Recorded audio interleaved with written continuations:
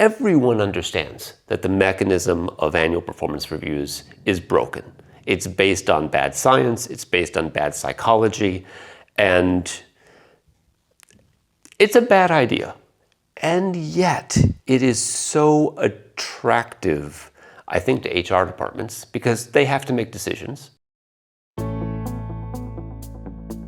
ProCognita, Get Agile podcast. Painless performance reviews. Interview with Paul Klipp. Hi and welcome to Get Agile podcast. Today we are in Paul Klipp office in Krakow. Instead of introducing you, because I know you for a pretty long time, so who is Paul?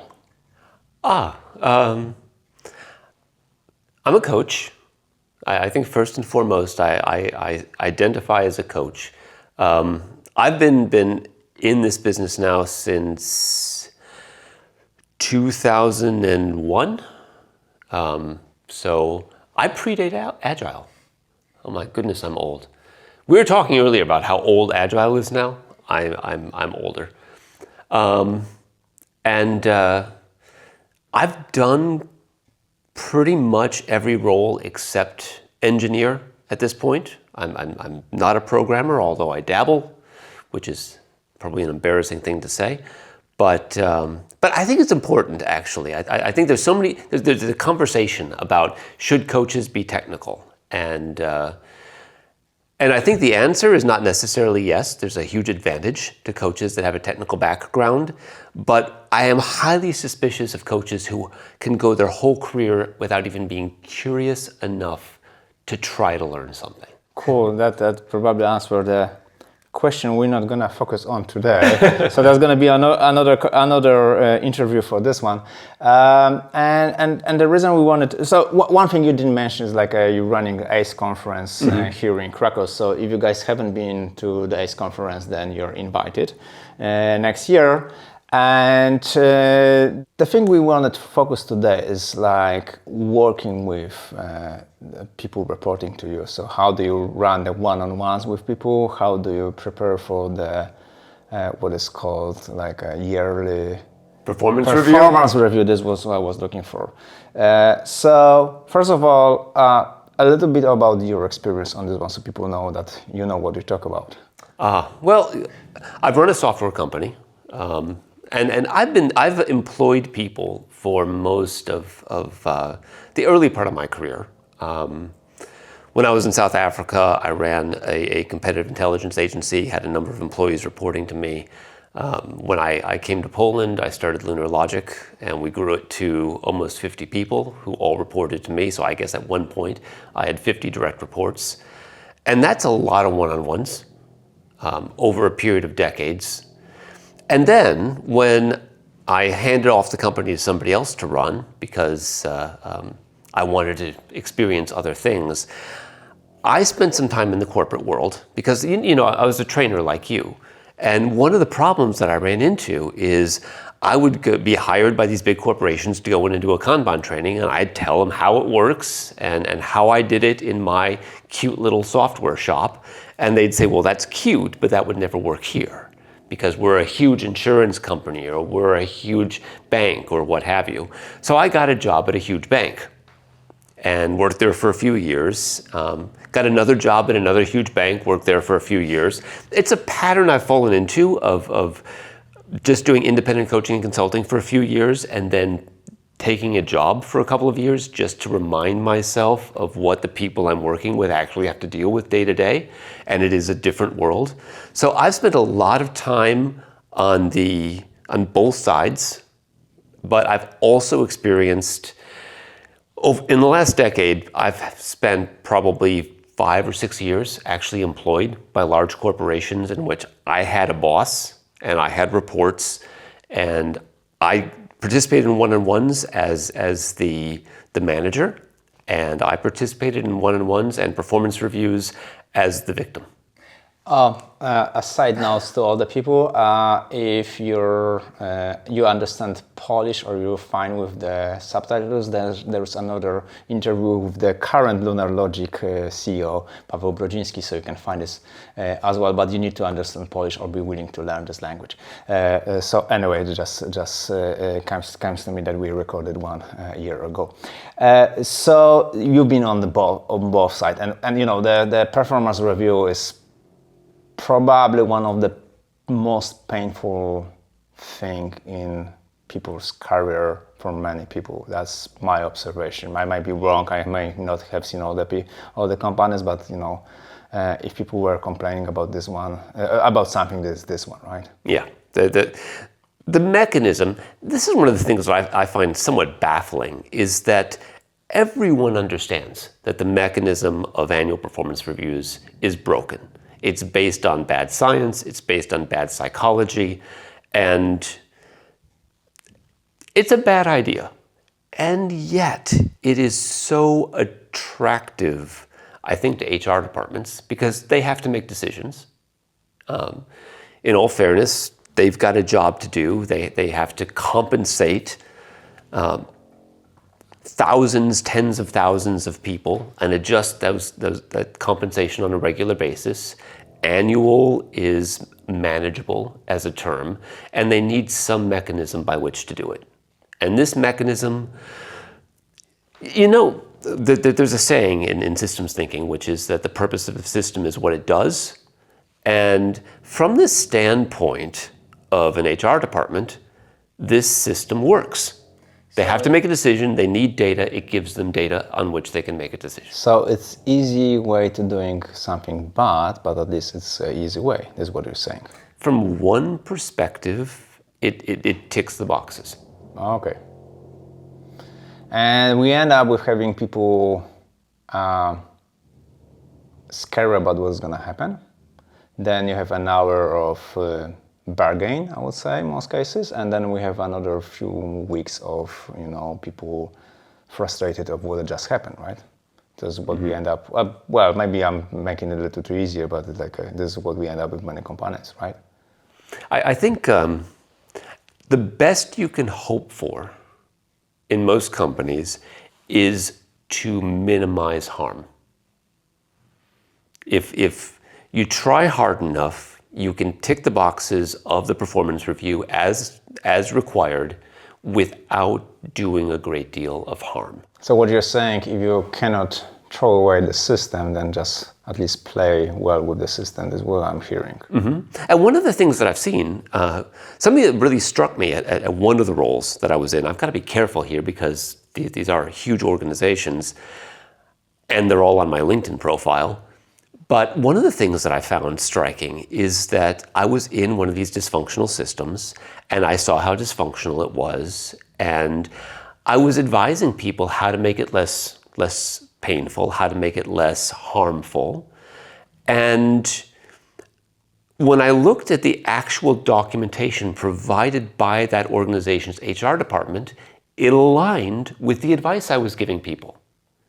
But in practice, I think the challenge is, one of the biggest challenges is that managers don't like it either. And well, I think this is exactly the same behavior because you're scared before that. If you're a manager, then you need to provide the feedback, and often it's like a negative feedback. So you're scared before that. Then you have an hour of bargain, and then you need to live for another few weeks with people, you know, complaining about how stupid you are. Even if they're not saying this, you know, right into your face, they're still complaining about, you know. So they're less performing, they're, you know, less engaged, all this stuff. So as a manager, it's maybe the same painful for you, right? Well, I think the root cause of the pain for managers is that, and then this is one of the reasons why I always bring up one-on-ones in the context of performance reviews, is that by the time performance review time comes around, the manager has things that need to be said. and things that need to be done. And the reason it's painful is these things should have been said a lot earlier, and they should have been done a lot earlier. And so it's kind of a wake-up call to the managers that they can't keep sweeping the problems under the rug anymore, and they have to confront them. And they become too big and too nasty to confront all at once, and they have to do it with all of their employees at the same time. So all of the things that they've been tolerating for the past year, suddenly they have to deal with all of them at once. So what you're saying is like managers delay feedback because it's painful for the manager to deliver feedback, and basically the performance review forces them to deliver feedback. That's what I'm hearing, right? What I find is that there's two kinds of people. There's lots of ways to categorize people, but in corporations you tend to have two kinds of people. The vast majority are very conflict averse. Yeah. And these make the second worst kind of managers. Then there's a small number of people who love conflict, and these make the worst kind of managers. Why is that? Because they create it. These, I think we've all seen these. If you spend enough time in a large corporation, there are those highly toxic people that are just there to fight. And the only thing you can do is get away from them. They're not the people I'm talking to. And not in this podcast, not in my coaching and consulting. These are the people who don't belong managing other people, but they thrive in large organizations because they can create these pockets of toxic culture that are perfectly suited to them. All right, so when you're working with this manager, what is the first recommendation or the main recommendation or many recommendations? Well, I think what you have to ask yourself as a manager is, what is it that you want to accomplish? And managers, I think, honestly want the best for their people and the best for their department. They have, nothing makes a manager look better than low employee turnover and high productivity with high quality, right? That's what everyone wants. And it would be great if managers had the tools to deliver that, but they don't. What delivers high quality and high performance is the group of individuals and the interactions that take place between those individuals. And so it's a very delicate system. And whenever you're dealing with a very delicate system, you really have two options. You can tweak and measure, or you can put in place systemic elements that incentivize the kind of behaviors you want and disincentivize the kind of behaviors you don't. But change is slow. That sounds amazing, and I believe this is the moment we need to serve as example of one and another, because you move to the, I would say, abstract layer of a conversation, which is great, and I need an example so of one and another. So the systematic change and the small tweaks. Okay, well, I'm going to show off my ignorance here when I refer to something that I don't understand, which is, don't understand, but don't recall perfectly. Dana Meadows, in I forget which of her books it was. Daniela Meadows is a absolutely brilliant woman who wrote about systems thinking, and in one of her books she outlines, I want to say it is 12 levers of change in the system based on how powerful the lever is. And I don't remember all 12 levers, but one of the examples that I used for them when I was teaching systems thinking many years ago is the idea of a football team. So a football team exists for the purpose of winning games, right? And the most common changes that you can make in the football system is the players of a team. One of the examples I would use is the Dallas Cowboys, a picture of Dallas Cowboys 1975 and 1995.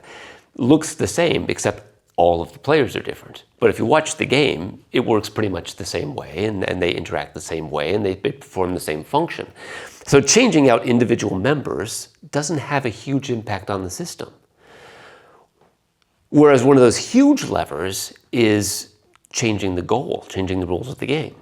If you go to a football match and you say, okay, the winner of this match is the one who scores the fewest points, watch how the dynamics on the field change. Changing the rules has a huge impact on the system. Changing the elements, changing the components, firing that developer and hiring a different developer, not so much of a change. But when people think about changing systems, that's what they tend to think about doing. They think about hiring and firing because that's something a manager does. But the real big impact changes that they can make are things like changing the rules. Yes. One of the examples I'd like to give is when you're dealing with separate production operations, for example. Production is responsible for creating code that works, right? And operations is responsible for making sure that it doesn't break things. What if you swap that?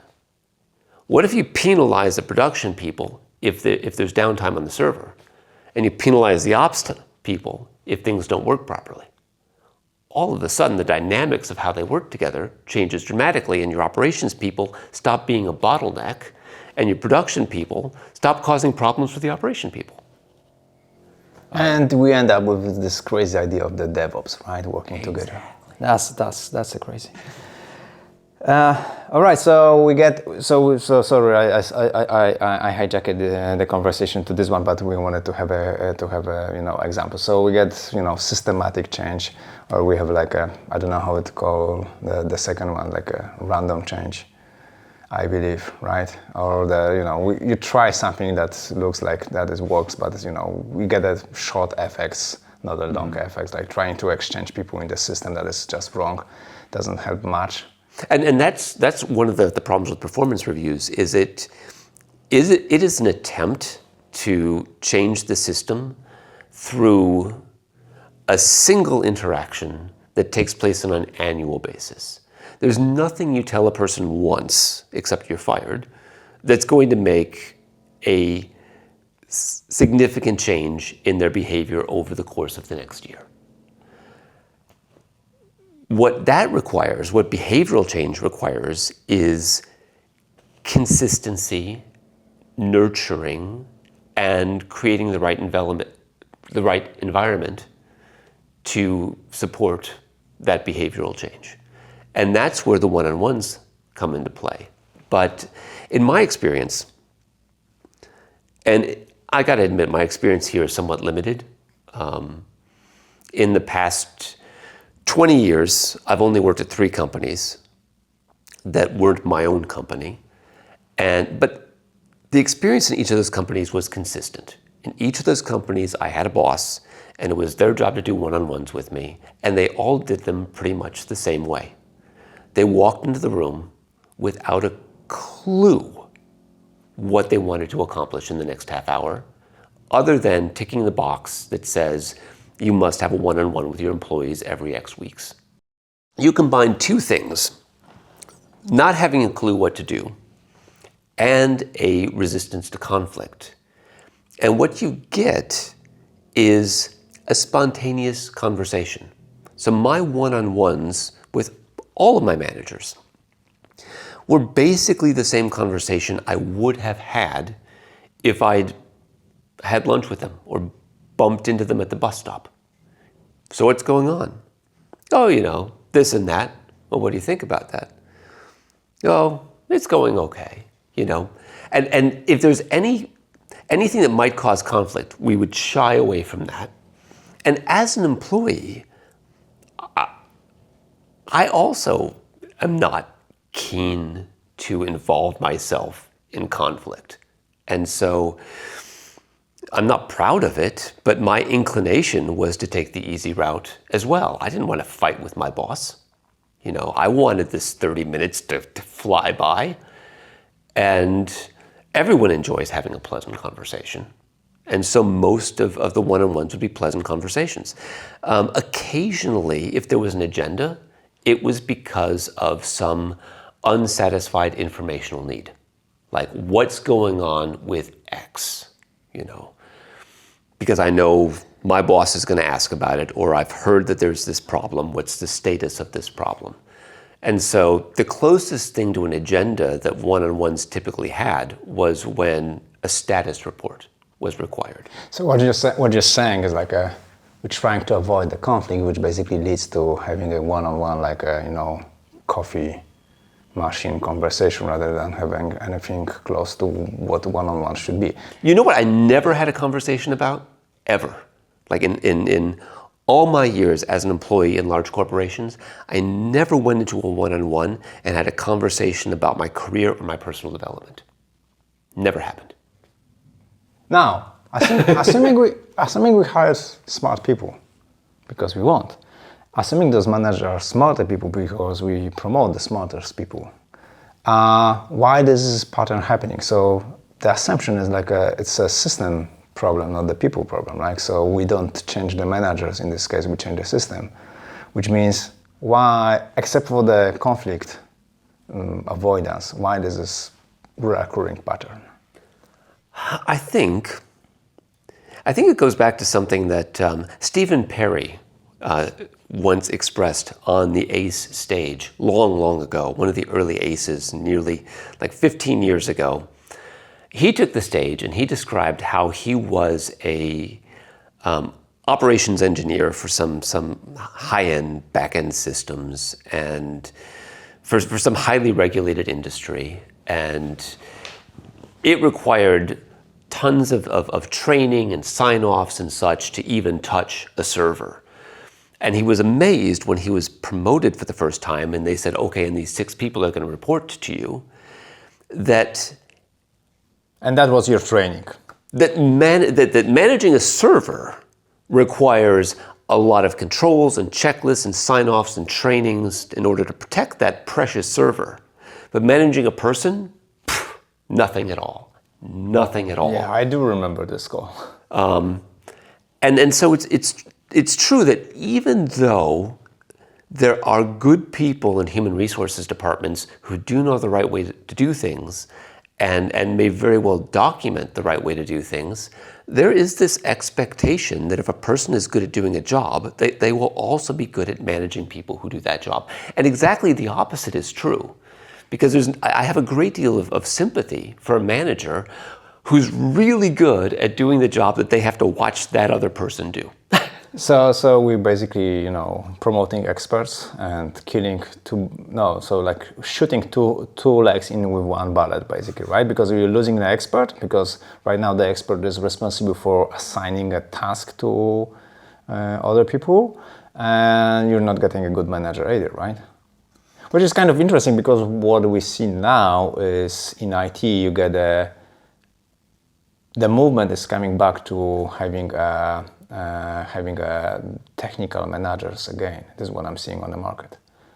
So that's kind of interesting that we're moving back to this one, right? Mm-hmm. And it makes sense to have technical managers who understand the work that people are doing, but it's not enough just to understand the work.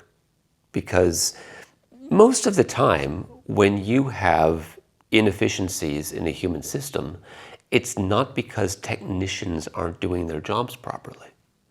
It's because the interactions within that system are not optimized. Meaning that the people aren't working together as well as they could be. So what you're saying is like, those manager cares about those people, and I was even thinking about asking you what is more important for this manager, is like results or people, because I'm not quite sure the second one. For many managers I know, I think that the second one will be more important, but they are rewarded based on the results, not on based on how good they are with dealing with people. Mm-hmm. Now, I was in one company that actually tracked turnover by manager. I never got to see the results of that, but I imagine that it was a better number to track than most. And there definitely were stories there about how they would track down and investigate outliers, managers that had particularly high employee turnover. And I imagine some of those times it was the manager, and some of those times it was just the system, the environment in which, the kind of work that they were doing, or the constraints under which they were working, not the manager themselves. But that was a useful one. But yeah, they're measured based on the outputs of the system. Okay, so we discussed the root causes for the situation. Now, we're not gonna leave you guys with the just information that you cannot solve anything about it. You cannot do anything about it. So let's move to some concepts. So what is your recommendation for those managers? And then we'll probably move to what are the recommendations for people who are having this kind of one-on-ones. Well, when I manage people, my approach to doing a performance review is that the performance review should look pretty much exactly like the one-on-ones do. You've got 51 chances to practice your performance review every year before you actually have the performance review. By the time it comes around, I mean, it should go without saying, but it doesn't go without saying. It's written in the documentation, but nobody reads it. No employee should ever hear anything for the first time in a performance review.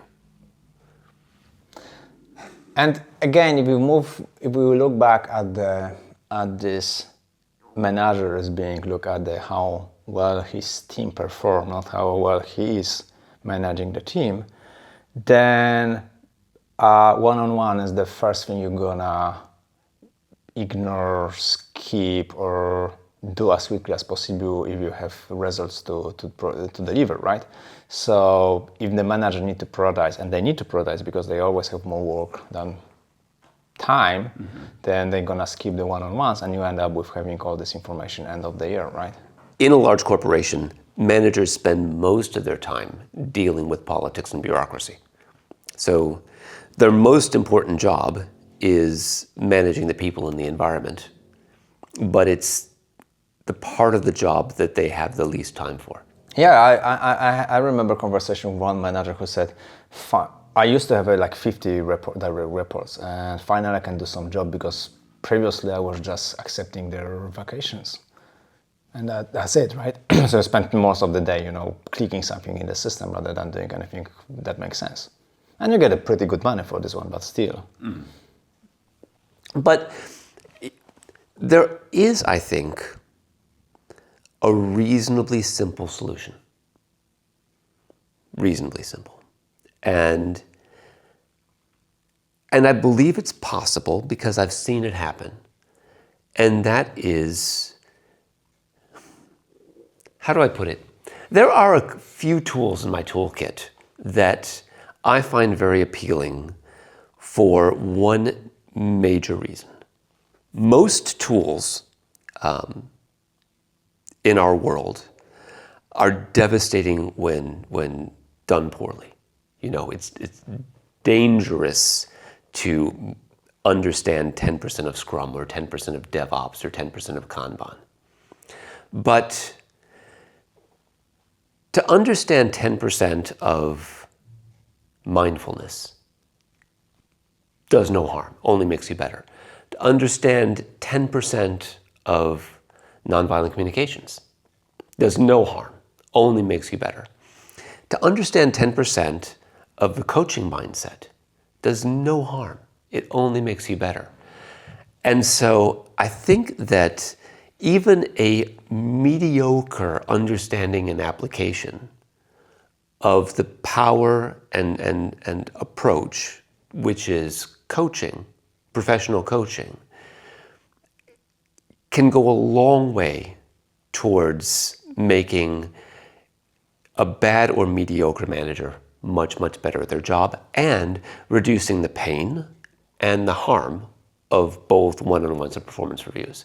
And the root of a coaching mindset is, it's kind of a mindset shift, but this is what humans are great at.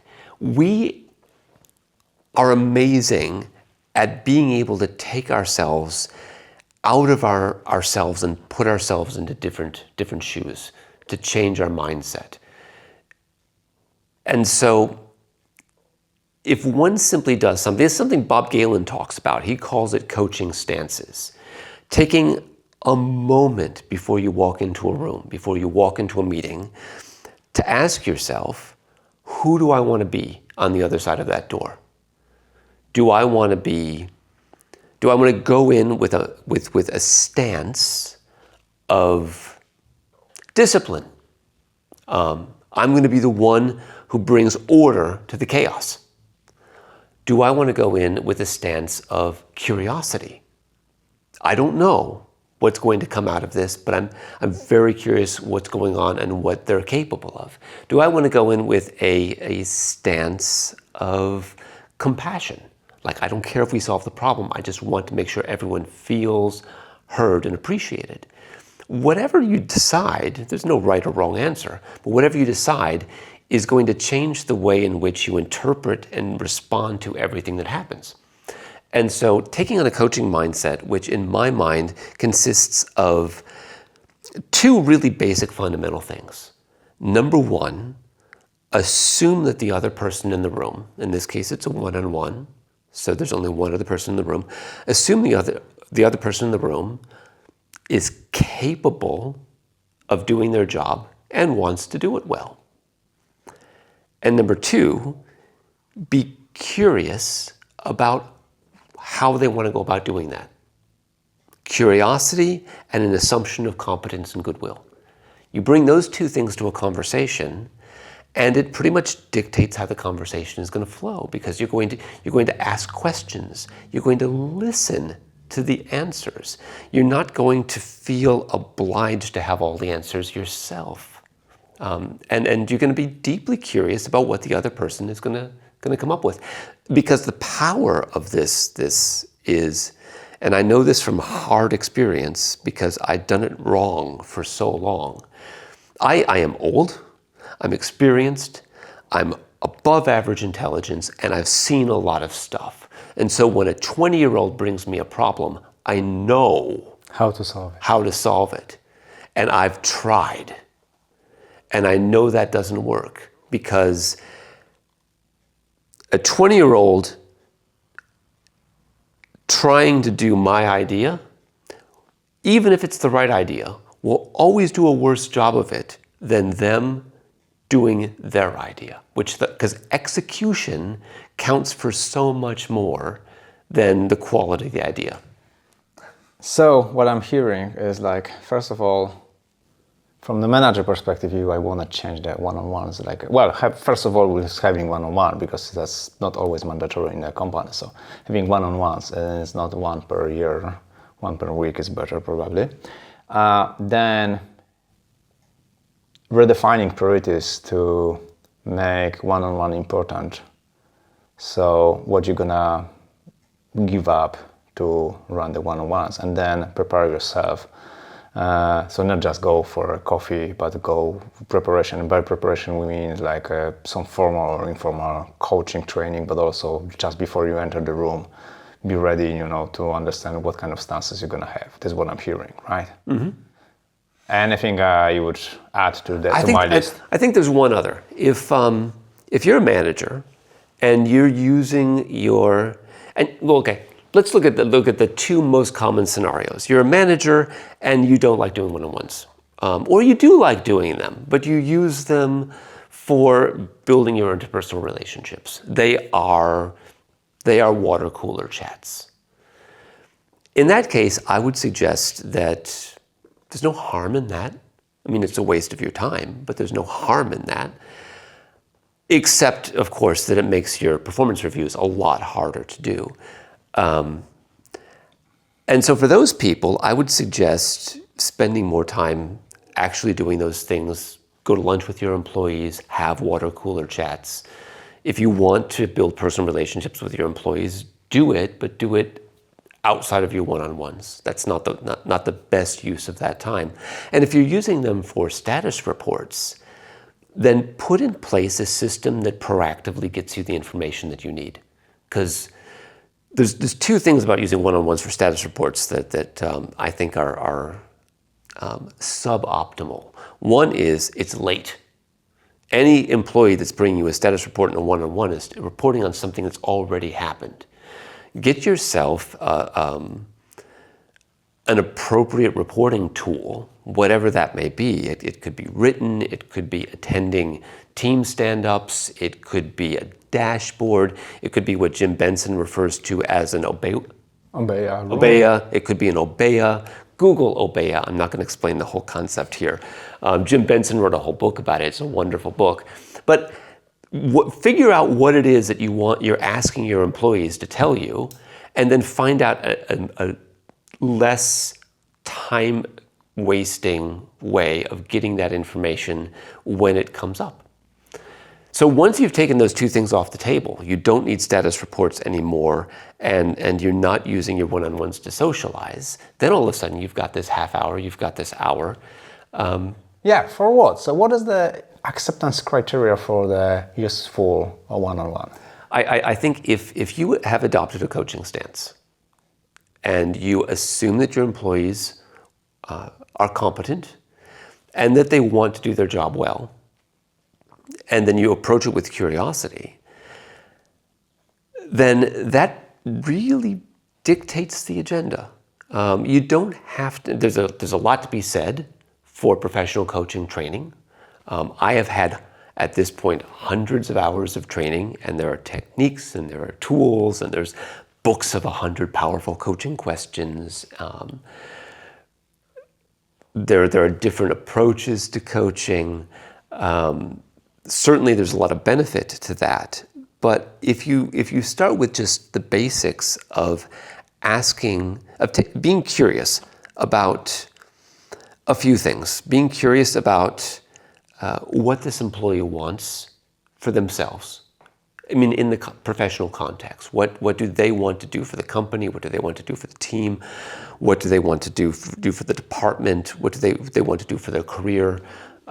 Which really has two facets. Number one, how the employee is going to serve the business, because nobody wants to feel like they're delivering less value than they're receiving. You can't be confident and comfortable in your job security, if you feel like you're cheating your company out of your paycheck. You want to be delivering more value.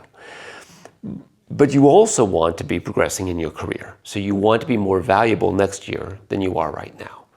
And those are really the two things. If all of your employees are working on delivering the best value they can to their company so they feel like they're earning their paycheck, and developing as individuals in their career so they're worth more to the company next year than they are this year, then pretty much the rest will sort itself out. So the checklist for the manager would be those 2 points, basically. Yes. That's what I'm hearing. Mm-hmm. Now, there are times when the employee is dealing with a particular problem. And solving that problem is more important than advancing their career. They're in a crisis. There's something going wrong. That's not a point to have a "where do you want to be in 5 years" conversation. But that is the first point, right? So, but understanding how I add value. Right, exactly. And so the manager has to be able to understand what kind of a conversation to have. So when an employee comes in, they're saying, "I'm dealing with this challenge," then a manager who has a coaching mindset is not going to start saying, "Well, here's what you need to do." They're going to say, "Well, what are your ideas?" "I don't have any ideas." Well, you're an intelligent person and you've been in this job for a while and you've got an impressive education. Take a moment, think about this. If you could do anything, if there were no constraints on you, what would you do? Ask questions to find out what this person is capable of coming up with. Get through. This is something that the author of Time to Think, what's her name? Nancy Klein, calls incisive questions, because they slice through a person's self-doubt. And you can see these moments when somebody says, "This would never work here. I mean, I'm just a secretary." And this is a perfect example of what I was saying earlier about how people are really good at putting themselves in somebody else's shoes. Well, if you weren't a secretary, if you were me, if you were the boss, what would you do? Pow! This person can think now. They can think of things they couldn't think of when they had those blinders of I'm just a secretary on. And they can say, well, if I was in your position, I would change this rule, or I would change the system in this way. I'd let me pick up the phone to those folks in India and sort it out with them instead of having to go through our task management system. Well, what if I said you could do that? That's actually a really good idea. But sometimes they come to the meeting and they're like, so what's going on? Well, nothing's really going on. Everything's going smoothly. Well, this is a great opportunity to talk about your career. How are you going to use this space that you have because nothing's on fire? I'm gonna go back to this problem solving with a difficult question, and we can skip this one if needed. Because what you said before at the very beginning, you said, okay, most cases we try to solve problems by thinking this is a people problem, not the system problem. And it's not just a manager who has this idea, it's the same for the people, employees who have the same idea. Like, so you get the situation when someone comes to you with the problem and say, hey, how we solve this problem? And they say, okay, fire these people, right? And it's often what we see is like, if only those people would behave differently, then, all my problems will be gone. So how do you handle this one? Well, amongst other things, my approach, most of my coaching sessions involve a ideation phase, and you see this in product discovery as well. It's like the diamond. You've got okay. Well, you've got this on the table. Yeah, that's an idea. Let's come up with at least 3 ideas before we go doing anything rash. It's never, who is it? I'm going to misquote somebody else who I'm not going to attribute properly, but there was somebody who said, one option is not an option at all. 2 options is a dilemma. 3 options is an opportunity. So try to get a few different options on the table. Okay, yeah, what I usually saying, okay, assuming that those people are smart and having good intention without the other potential root causes, and then you can have a conversation about the different root causes and then different solution.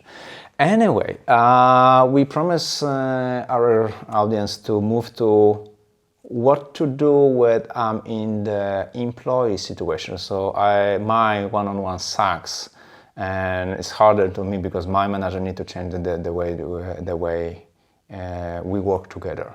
So what are the recommendations in this case? Okay, now this is a tricky one because, and as I admitted earlier, I'm not a fan of conflict. I don't like changing people.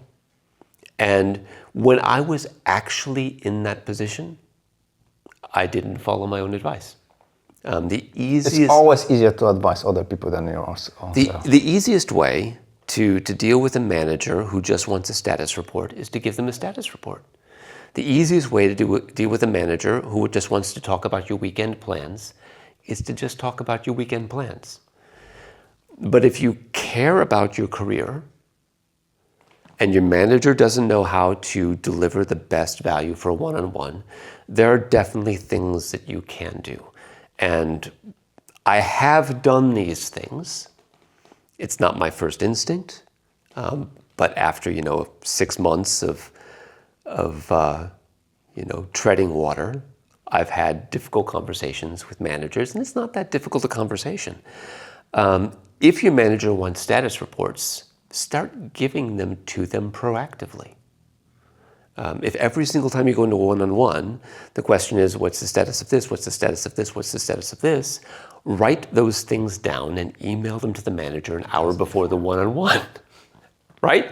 So you've had your status report, but what I want to talk about now. Then you can send a picture from the weekend, and you have a socializing part as well done. So. Yeah, I mean, or you can even, there's nothing wrong with having a pleasant conversation with your manager, but if you're just bantering for the sake of filling up the 30 minutes, use it as an opener. Even with my private clients who are paying me a lot of money to have a private one-on-one coaching session, we have a friendly relationship, and we might spend the first 5 minutes talking about how their kids are doing at school or what have you. But then we get down to business because there's money. And it's easy to forget in a corporation that there's a lot of money being spent on that meeting. It's just not your money. And so you can do that. You can say, okay, so yeah, I'm going out boating this weekend. How about you? And you say, I'm taking the kids to play basketball. Well, that's nice. Okay, but can we talk about what's going on with me now?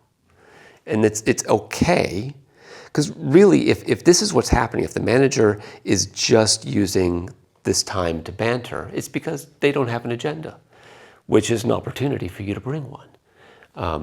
And that might be something more immediate, like I want to talk through this immediate challenge that I'm facing. And it could be that, everything's going swimmingly and we're hitting all of our targets. So this seems like a really good time for me to start thinking about how I could take on more responsibilities or how I could get to where I want to be in the company in 5 years. And these are the kind of opportunities, learning opportunities I'd like to have. Could you help me to find opportunities to have these? Now, one of the ways that a manager, especially the managers that were promoted because of their expertise, might undermine this is to say, oh, well, you're having that problem, will you do this? It's okay to say, I'm really interested in your ideas, but I want to explore all the possibilities first. So could we use a format in which you help me to explore all of my ideas, and then you tell me what you would do in that situation? It's a reasonable request. I think most managers would go for that. And so you say, I'm thinking about this. What do you? And I'm thinking about this, or I'm thinking about this. What's your feedback on those ideas? And then what would you do? It's fine. So what I'm hearing, if the manager doesn't do the homework, then it's your role to do the homework and do the coaching training. Which you can do. Prepare for the one-on-one, and have an agenda for one-on-one, but also think about the stances you have on the one-on-one, right? Exactly. Alrighty. So to close, anything else you would recommend to either manager or to the employee for one-on-ones and the performance reviews? Well, we started by talking about performance reviews, and I think that's the easier point to talk about because they're the most painful. Maybe not now. It's I don't know when this podcast is going to come out, but it's summer, and most people aren't thinking about performance reviews yet. If you start talking about performance reviews in, say, November, people's ears perk up a lot so more. I guess we need to publish this in November. But if there is an element of the performance review to every single one-on-one, and this requires just a kind of thread of continuity. So this is where you want to be in a year, for example, and maybe in one-on-one there's a crisis. You deal with a crisis, but you make sure that not too many one-on-ones go by without picking up this thread again and saying, where are we on this? This skill you want to develop, this interpersonal ability you want to develop, this ambition to do more training and support of other engineers, this ambition to get the team to achieve higher levels of DevOps competency, whatever it is, this ambition that you have for yourself over the course of the year, where are we? Then performance review time becomes, your ambition for your performance this year was to achieve this. And we've been talking about it all the way along. And so you know where you are, because we talked about it in your last one-on-one. All we have to do at the performance review is, so what's your personal self-assessment of your progress towards this goal? And as long as whatever that goal is is in line with the company's expectations. Because that's another thing that happens, is that people spend their whole year pursuing a personal goal, and then they're appraised on some other criteria. So you make sure that the person's personal development goals are aligned with the criteria on which they're going to be assessed by the company. And if there's a disconnect, then that either means that person doesn't belong in their current role, or the company's assessment criteria is not aligned with what it ought to be. You fix that right up at the beginning. Then if you're tracking that in all of your one-on-ones, your performance review just becomes another one-on-one with a number at the end of it. So make it simpler, make it shorter, make it without any surprise. Mm-hmm. And an employee should be able to conduct their own one-on-one. Not one-on-one, their own performance review. The best performance review is one in which the employee appraises themselves against the appropriate goals, and the manager watches them do it because they've been practicing this all year. Which we wish you a lot. Where to find Paul if the people want to ask the question after the conversation? Well, there's only 2 Paul Klipps in the entire world, and the other one sells real estate in Oregon. So you want to buy anything in Oregon, then that's one option. If you see a bald guy selling real estate in Oregon, then that's not me. If you see a bald guy talking about Agile and product and coaching, that's future me, but not quite yet. So Google me. You can find me all over the place, but I've got a website at paulklipp.com. And I'm easy to find. All right. Thank you very much. And don't forget to subscribe as the next episodes are coming soon. Thank you. To learn more, visit procognita.com/getagile.